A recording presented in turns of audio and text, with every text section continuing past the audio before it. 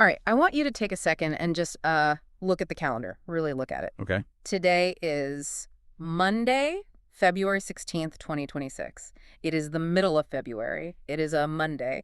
And if you are anything like me or, the millions of other people starting their work week today, you might be feeling that familiar heaviness. Mm-hmm. The inbox is full, the coffee hasn't quite kicked in yet, and the weekend feels like it was about 3 seconds long. It is the classic Monday blues phenomena. Okay. Psychologically, it's actually a form of what they call social jet lag. Social jet lag, I like that. Yeah, your sleep schedule shifts on the weekend, your whole sense of autonomy shifts, and then boom, Monday morning just hits you with the structure you didn't ask for. Structure I didn't ask for is the perfect way to describe my inbox right now. But here's the thing. I want us to look ahead. Okay. I want you to mentally circle a date that's coming up in exactly 4 days. Friday, February 20th, 2026. A significant date, I'm guessing. It is. And usually when we hype up a date on this deep dive, we're talking about something loud, a massive tech IPO, a geopolitical summit, a new blockbuster movie release. Yeah, things that demand your attention. We are usually talking about things that scream for your attention, but this Friday, we're talking about something that is explicitly designed not to scream. Mm-hmm. We're talking about a release that claims it's going to change the way you work, the way you think, and the way you handle days like today. Which, in the current climate of just constant information overload, is a much bolder claim than just releasing, I don't know, a pop song. Exactly. We're talking about a new release called Cognitive Flow. Okay. It's coming from the independent Israeli label Affartos Music, and it's hitting every major streaming platform, Spotify, Apple, Tidal globally, via DistroKid. Now, if you look at the metadata, sure, it's an album. Mm-hmm. It has 14 tracks. It has a genre tag that says ambient or lo-fi or study music. But as we dug into the sources for this deep dive, it became very clear that treating this like a normal music release is missing the point. Completely missing the point. This isn't entertainment. I mean, it is audio, yes, but the intent behind it is radically different. Mm-hmm. We're seeing a pivot in the industry where audio is becoming a utility. A utility? Yeah. Like electricity or water? In a sense, yes. Or maybe a better analogy is software. You don't listen to Microsoft Excel, right? You use it. Right. You don't admire a hammer for its aesthetic beauty while you're building a house. You use it to drive the nail. This album, Cognitive Flow, is being positioned as a productivity tool disguised as an album. Wow. It's software for your brain encoded in sound waves. That is the core mission of our conversation today. We aren't just going to review the tracks. We're going to unpack the entire philosophy behind this idea of functional audio. Yeah. We have a massive stack of sources here. We've got the label's own manifestos. We have deep technical specifications on the recording equipment, which I know you're excited about. Oh, the gear list is fascinating. It's a history lesson in itself. I was geeking out over that. I thought you might be. We also have market analysis on the economics of the study music industry, which it turns out is a multi-million-dollar battlefield. It's a huge market. And we have the artistic profile of the creator, and there's one detail in the artist's timeline that I think we need to hit right off the bat because it sets the stakes for everything else. You mean the speed of production? The speed is absolute insanity. Cognitive Flow comes out this Friday, February 20th, but the artist's previous album, a record called SAPPHIRE, was released on January 7th, 2026. That is a gap of just 44 days. 44 days. Most artists take 2 years to release an album. Some take 5. Or more. Affartos released 2 full-length projects in 6 weeks. But here is the kicker. They aren't just more of the same. No, and that is the critical context. If they release 2 lo-fi albums in 44 days, you could argue they're just churning out content. A factory. You could call it a factory. But SAPPHIRE and Cognitive Flow are polar opposites. Let's dwell on that for a second. SAPPHIRE, released in January, was described in the sources as an emotional artistic release. Mm-hmm. It was a Christmas album in spirit. It had rap, it had bard-style acoustics, it had lyrics about family spirit, connection. It was music that demanded you sit down, shut up, and feel something. It was what we call active listening. It engaged the emotional centers of the brain. It told a story that you had to follow. And now, 44 days later, we have Cognitive Flow, which is, by design, music that wants you to ignore it. Right. It's music that says, please do not feel anything too intense, just do your work. The versatility required to make that pivot is rare. I mean, to go from the high-emotion, lyrical, performative mode of SAPPHIRE to the restrained, engineered, scientific mode of Cognitive Flow, that requires a complete rewiring of the creative process. It really does. One is about expression projecting the self outward. The other is about suppression creating a space for the listener to project their self. It's like an actor who wins an Oscar for some dramatic, tear-jerking role and then 6 weeks later releases a masterclass on architectural drafting. Right. It's just a completely different skill set. So we're going to explore how they did that and, more importantly, why. But let's start with the title itself, Cognitive Flow. It's a heavy title. It sounds almost medical. It does. It sounds like a supplement you'd buy at a health food store. But it's a direct reference to one of the most important psychological concepts of the 20th century. You really can't talk about this album without talking about the flow state. Right. The concept popularized by Mihaly Csikszentmihalyi. I am impressed you pronounced that correctly on the first try. I practiced. But yes, Csikszentmihalyi, he spent decades studying what makes a life worth living. And he landed on this state of optimal experience. And we've all felt it, even if we didn't have a name for it. Describe it for the listener who maybe hasn't read the psychology textbooks. What does flow actually feel like? It's that moment when the self vanishes. You are so immersed in the task at hand, whether it's coding, writing, playing tennis, or even washing dishes, that you just lose track of time. Yeah. You forget to eat. You forget to check your phone. The difficulty of the task matches your skill level perfectly, so you aren't bored, but you aren't anxious either. You're just flowing. It's the best feeling in the world. It's better than relaxation. Csikszentmihalyi argued it is the secret to happiness. It's not passive pleasure, it's active engagement. But here is the problem. Getting there is incredibly hard. Oh, it's a nightmare. Especially today. I mean, think about the modern workspace. You sit down to try and enter flow, and what happens? A Slack notification, Ding. an email tops up, Ding. a car alarm goes off outside.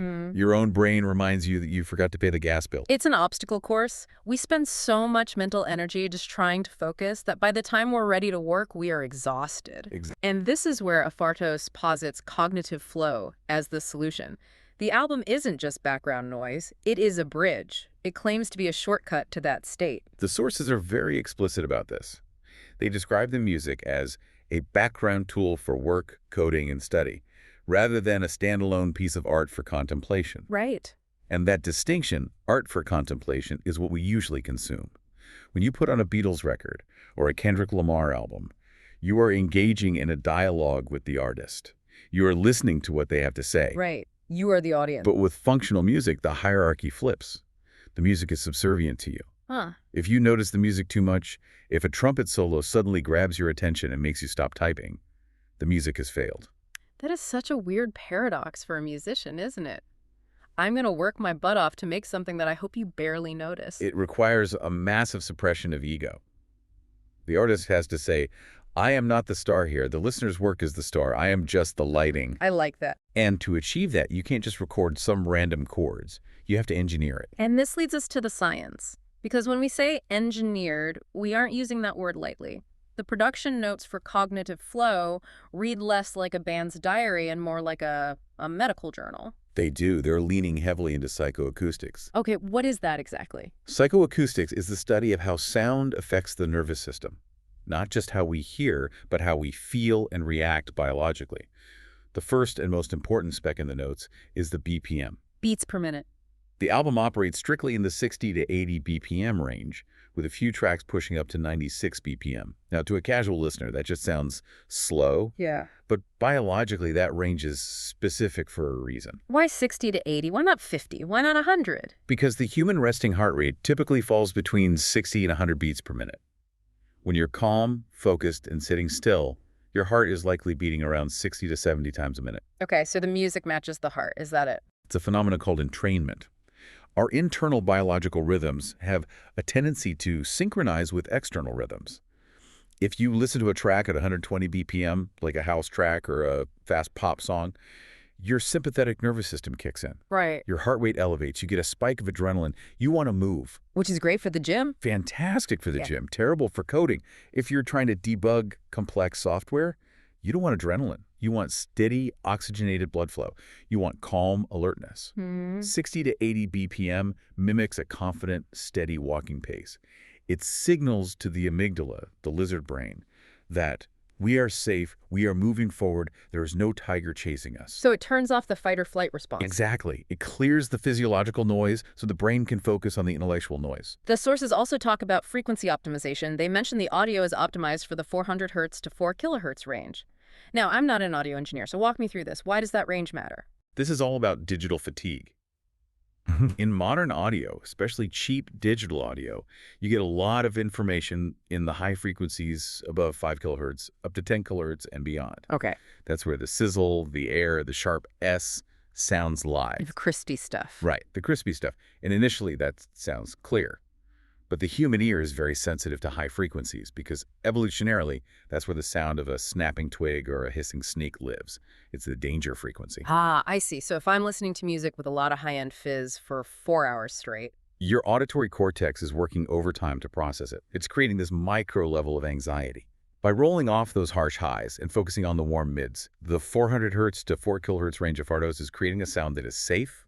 Okay. It's the frequency of the human voice, of warmth, of wood resonance. It prevents ear fatigue. Ear fatigue is real. Right. I definitely feel it after being on Zoom calls all day.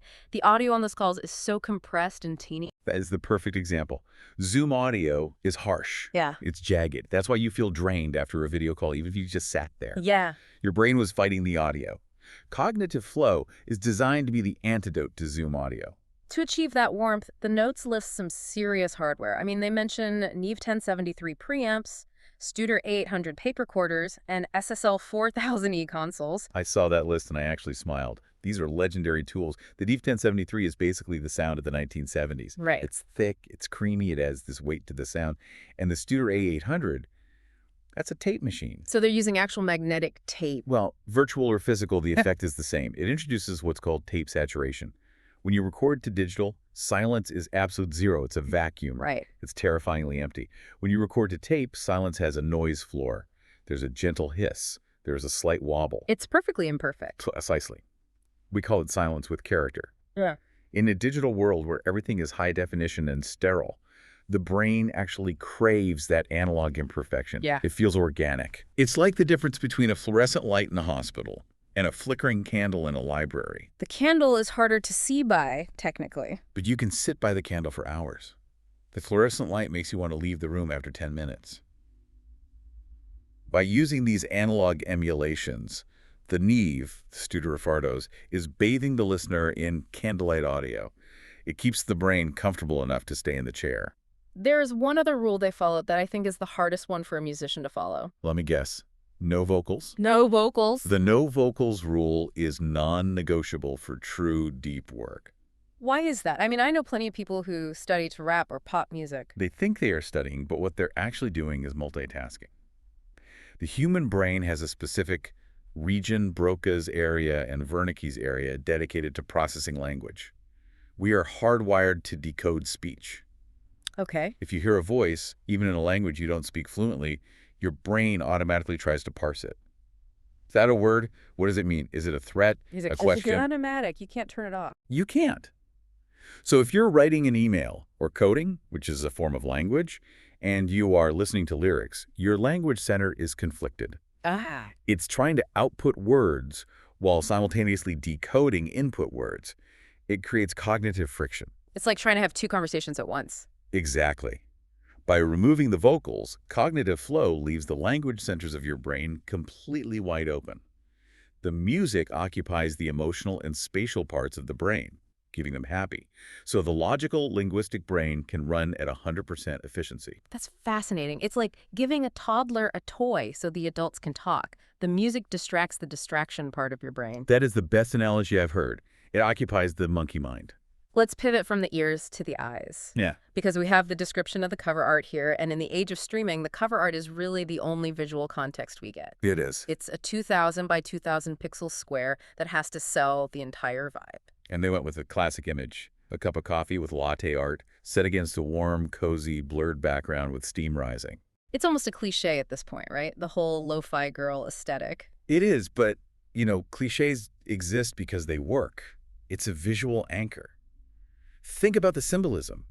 The coffee isn't just a beverage. It's a ritual starter. True. For millions of people, the workday does not begin until the coffee is poured. I am one of those people. I cannot type a single sentence until I have the mug in my hand. It's Pavlovian. You smell the coffee, you feel the warmth of the mug, and your brain signals, okay, playtime is over, work mode engaged. The cover art reinforces that trigger. But the details really matter here. The steam rising, for instance. The source notes made a big deal about the steam. Because the steam is the visual representation of flow. Think about how steam moves. It's continuous, it's fluid, it rises upward, it changes shape, but it never breaks. Right. That is exactly what you want your thoughts to do when you are in the zone. You don't want your thoughts to be jagged or start-stop. You want them to rise like steam. And the background is blurred. Which represents focus. When you're looking at your screen, the rest of the world should be blurred. The background chatter, the messy room behind you, it all fades out of focus. Only the task remains. This connects to the target user persona that was outlined in the notes. They know exactly who they're selling this to. Oh, absolutely. Students on 2 to 4 hour study benders, programmers, freelancers. The third space concept is really relevant here. The sociologist Ray Oldenburg coined the term third space to describe places that aren't home, which is the first space, and aren't work, the second space. So places like cafes, libraries, co-working hubs. Exactly. The places where digital nomads live. And the funny thing about those spaces is that they aren't silent. A cafe is noisy. True. But it's a specific kind of noise. It's ambient presence. You feel alone, but not lonely. Cognitive flow is designed to simulate that third space environment. Even if you're sitting alone in your bedroom at 2 a.m., the music creates the illusion that you're in a warm, productive cafe. It's company without the demand for conversation. Which is the introvert's dream. Let's walk through the album itself, because it's not just a loop that goes on for an hour. There's a structure to the 14 tracks. The notes describe a narrative arc that mirrors a typical deep work session. And this structure is crucial.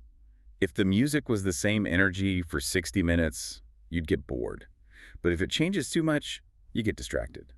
So they built phases. Phase 1 is the start. Track 1 is called Morning Clarity. Track 4 is Creative Energy. This is the intake breath. This is the caffeine kicking in. These tracks likely have a slightly brighter timbre, maybe a little more movement in the high mids to wake up the brain. It says, open the laptop, let's go. Then we hit Phase 2, The Grind. Track 6, Steady Rhythm. Track 11, Deep Work. This is the endurance phase. This is where the BPM locks in. You've been working for 45 minutes, the novelty is worn off. Now it's just about putting one foot in front of the other. The music here likely becomes more repetitive, more hypnotic. It's holding you in the chair. And then Phase 3, the release. Track 14 is titled Completion. I love that title. It's brilliant, isn't it? It implies success. It's not called giving up or end of day. It's called completion. It's the sonic equivalent of closing all your browser tabs at the end of the day. That feeling. Yes. That feeling of relief, the music likely resolves, the tension drops. It gives you a dopamine hit that says, you did it, you finished the list, you can rest now. They also have a really interesting engagement strategy mentioned in the notes. Instead of just posting new album out now, they are asking listeners to choose their starting track based on their mental state. Like a pharmacy for the mind. Right. Do you need quiet persistence or do you need forward motion? That turns the listener from a passive consumer into an active user. You have to self-diagnose. How am I feeling? Am I anxious? Am I sluggish? And then you select the tool, the track, that fixes that state. It empowers the user. Now, I want to take a hard right turn here. We've talked about the art and the science, but there is a business side to this that I found absolutely mind-blowing. We have a section in the notes analyzing the economics of functional music. And frankly, it's a masterclass in modern music strategy. This is where we see that Affartos isn't just a creative project. It's a savvy business entity. They have analyzed the market geography of the lo-fi sector, and the numbers are stark. Let's look at those numbers. They break down the market by region. So the United States and the European Union are the dominant forces. The U.S. accounts for 40 to 50% of the global market for this specific genre. Half the market. Almost half. Europe is another 30 to 35%. So 80% of the potential audience is in the West. But it's not just about the number of people. It's about the value of the people. The source calls it the language of money. This is the CPM conversation, cost per mil. Right. In streaming, artists get paid per stream, but that rate isn't fixed. It depends on where the listener is located and what subscription they have. The notes highlight that Apple Music in the U.S. pays somewhere around $7 to $10 per 1,000 streams. Okay, stick a pin in that number. $7 to $10. Now compare that to other regions. In Russia, or parts of Eastern Europe, or many developing markets, that same platform might pay $1 to $2 per 1,000 streams. That is a 500% to 1,000% difference. It's massive. If you have 1 million fans in Russia, you might make enough to buy a nice laptop. If you have 1 million fans in the U.S., you are making a living wage. So the strategy becomes, how do we get the U.S. listeners? Exactly. And this dictates the content. The notes explicitly say, language of content equals language of money. Affartos made a strategic pivot. Even though the label is based in Israel and the founder, Andrey Brener, has roots in the Russian-speaking world, they pivoted to 80% English content. But wait, and this is the genius part. Cognitive Flow has no lyrics. It's instrumental. So how does English content apply to music with no words? That is the financial hack. Instrumental music is linguistically neutral. It has no accent. It requires no translation. Right. A student in Tokyo, a coder in San Francisco, and a writer in Berlin can all listen to Cognitive Flow and have the exact same experience. So the English strategy is really about the packaging, the metadata. Correct. It's the titles. It's the descriptions. If you title a track in Cyrillic or Hebrew or Kanji, you are practically invisible to the U.S. algorithm. A user in New York isn't going to search for a title they can't read. But if you title it Morning Clarity, you are searchable globally. So you're just removing the friction. You are greasing the wheels for the algorithm to serve you to the high CPM audience. They're using English titles to unlock the Western market while using instrumental music to ensure they don't alienate anyone else. It's the perfect global export product. There's also a note about B2B licensing, business to business, which is the sleeping giant of music revenue. We think about Spotify streams, but think about the cafes we just mentioned. Think about hotel lobbies, spas, co-working spaces. They all play music. And legally, they have to pay for it. They need a license. In the U.S., a license for background music can cost a business anywhere from $50 to $500 a year or even more. That money goes back to the rights holders. In other markets, that infrastructure is weak or non-existent. So by targeting the Western market with this cafe-ready music, Affartos is positioning themselves to get those passive licensing checks. it's fascinating. We tend to have this romantic view of the artist as this tortured soul in an attic waiting for the muse to whisper in their ear. But this is strategic warfare. It is. This is analyzing the terrain and deploying resources where they have the highest ROI. And honestly, in 2026, an independent artist has to think this way. The market is too saturated to just hope. You have to have a plan. And Affartos clearly has a plan. I want to talk about the entity itself. Who is behind all this? The founder is Andrey Brener. He is a composer and multi-instrumentalist based in Nahariya, Israel. And the name Affartos, it sounds ancient. It is Greek. It means undecaying or imperishable. Undecaying. That is a very ambitious name for a record label in the digital age. It is. It was chosen back in 2020 in Kaliningrad. It speaks to a desire to create something that lasts, something that doesn't rot away in the fast-paced digital cycle. And since their regeneration, the label underwent a total restructuring in 2024 and 2025. They have been incredibly prolific. How prolific? Over 90 releases in a year and a half. Whoa, wait. 90 releases? That is more than one a week. It is high-volume output. And usually when I hear numbers like that, I get skeptical. I think, okay, they're just spamming the system. Right. Quantity over quality. But the sources emphasize a specific quality control process called the Pearl selection. I read this and I honestly winced. It sounds painful. It does. For every single track that gets published, up to 50 arrangements might be discarded. 50. Imagine writing a song, arranging it, and then throwing it in the trash 49 times before you say, okay, version 50 is the one. That's the counterbalance to the volume. If you're releasing 90 items, you run the risk of diluting your brand. But if each of those 90 items is the survivor of a brutal selection process, then you aren't just spamming, you are curating. It suggests a level of perfectionism that borders on obsession. Which is probably required if you want to make perfect background music. If there's one bad note, one jarring transition, the flow is broken, the listener wakes up from the trance. So the quality control has to be absolute. The genre diversity also helps combat that idea that they're just a factory. We listed some of the genres earlier: Hebrew cycle, guitar collections, vocal projects. Beyond the Wardrobe is mentioned as a fantasy symphony waiting in the wings. Tape and Tide is a guitar saga. These are not lo-fi beats. These are massive, complex, artistic statements. It frames cognitive flow not as the only thing they can do, but as a specific choice, a discipline choice. Exactly. It's not that they can't write lyrics or complex melodies. It's that for this project, They chose not to. Restraint is an artistic choice. Picasso could paint realistically. He chose to paint cubism. Affartos can write symphonies. They chose to write study beats. So we have the science, the business, the art, and the philosophy. Let's bring it back to the here and now.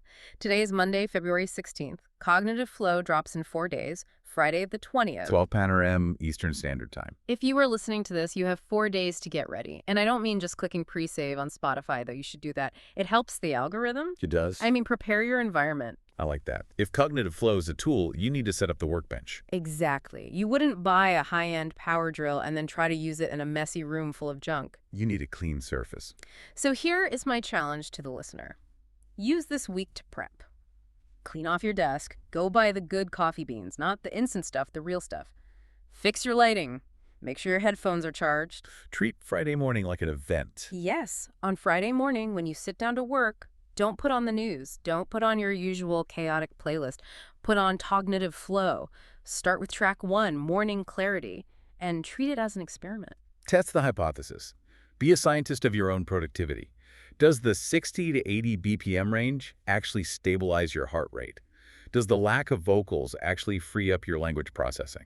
Note how you feel after hour 1. Note how you feel after hour 3. Did you enter the flow state, or did you just get sleepy? And if you want to understand the mind behind this even more, the sources mentioned the Affartos YouTube channel has started doing video podcasts. There's one called The Riddle of Affartos Productivity. Which, considering they released 2 albums in 44 days, is a riddle I would very much like the answer to. I suspect the answer is simply, they practice what they preach. They are likely using their own music to stay in the zone. That's the ultimate endorsement, isn't it? I made this drug, and I am my own best customer. Indeed. You know, as we wrap this up, I keep thinking about that phrase, silence with character. We live in such a noisy world, and I don't just mean audio noise, I mean signal noise. Notifications, headlines, hot takes. The attention economy is constantly trying to harvest our focus. It's a war for your mind. Every app on your phone is engineered by thousands of people to steal your attention for just one more second. Right, and usually when we think of fighting back, we think of silence. We think of turning everything off, throwing the phone in the ocean. Sure. But absolute silence is hard. It's intimidating. And it's unnatural. Nature is never silent. The forest has wind. The ocean has waves. Absolute silence is a vacuum, and nature abhors a vacuum. So maybe the most valuable art form right now isn't the one that shouts the loudest. Maybe it isn't the one with the catchiest hook or the most controversial lyrics. Maybe the most valuable art is the kind that acts as a shield. A sonic shield. Yeah. The art that creates a protective bubble around your brain so you can actually hear yourself think. Cognitive flow isn't demanding your attention, it is giving your attention back to you. That is a profound way to look at it. It is generous audio. It gives more than it takes. Generous audio, I love that. So, mark the calendar, February 20th, Cognitive Flow by Affartos. Give it a spin, get some work done, and let us know if you found the zone. Just don't let your coffee get cold. Solid advice. Thanks for listening to this deep dive. We'll see you on the other side of the release.